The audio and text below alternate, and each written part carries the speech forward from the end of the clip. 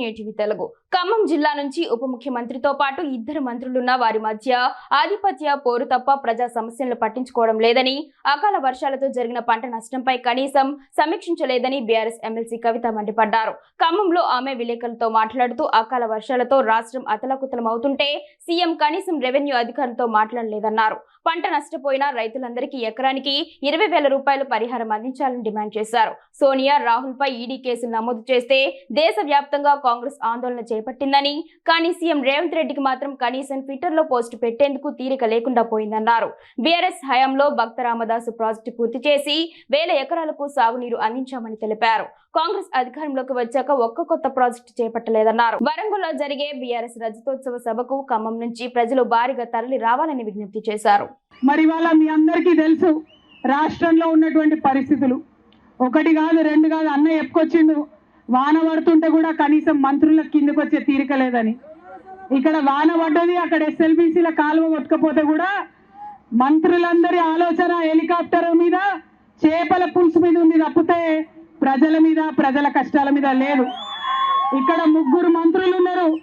వాళ్ళు ఒకరి మీద ఒకరు పెత్తనం చేయడానికే సరిపోతుంది తప్పితే ప్రజల కోసం ఆలోచన చేయడానికి కుదుర్తలేదు. ఇక మరి అందరి ముఠాకి ఒక నాయకుడు ఉన్నాడు, రేవంత్ రెడ్డి గారు ఉన్నాడా నాయకుడు? మరి ఆయన ఏం చేస్తున్నాడు? వాళ్ళు ఎక్కడున్నాడు? మనం సత్తుపల్లిలో మీటింగ్ పెట్టుకుంటే ఆయన జపాన్లో ఉన్నాడు. ముఖ్యమంత్రి గారు జపాన్లో ఉంటే వాళ్ళ నాయకులు సోనియా గాంధీ మీద, రాహుల్ గాంధీ మీద కేసు పెట్టిరు. కేడితే పాపం మొత్తం దేశంలో ఉన్న కాంగ్రెస్ వాళ్ళంతా ధర్నా చేస్తారు.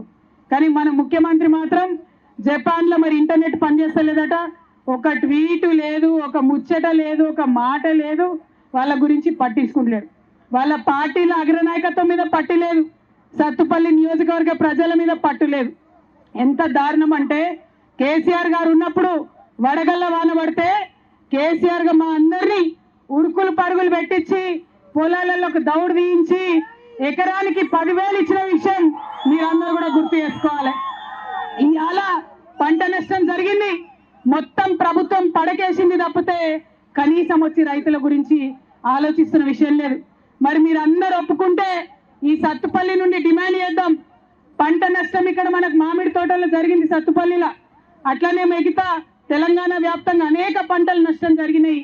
మీ అందరూ ఒప్పుకుంటే ఈ ప్రభుత్వాన్ని నేను డిమాండ్ చేస్తున్నా, ఎకరానికి 20,000 రూపాయలు పంట నష్టం తీసుకొచ్చి రైతులకు ఇవ్వాలని చెప్పి నేను డిమాండ్ చేస్తా ఉన్నా.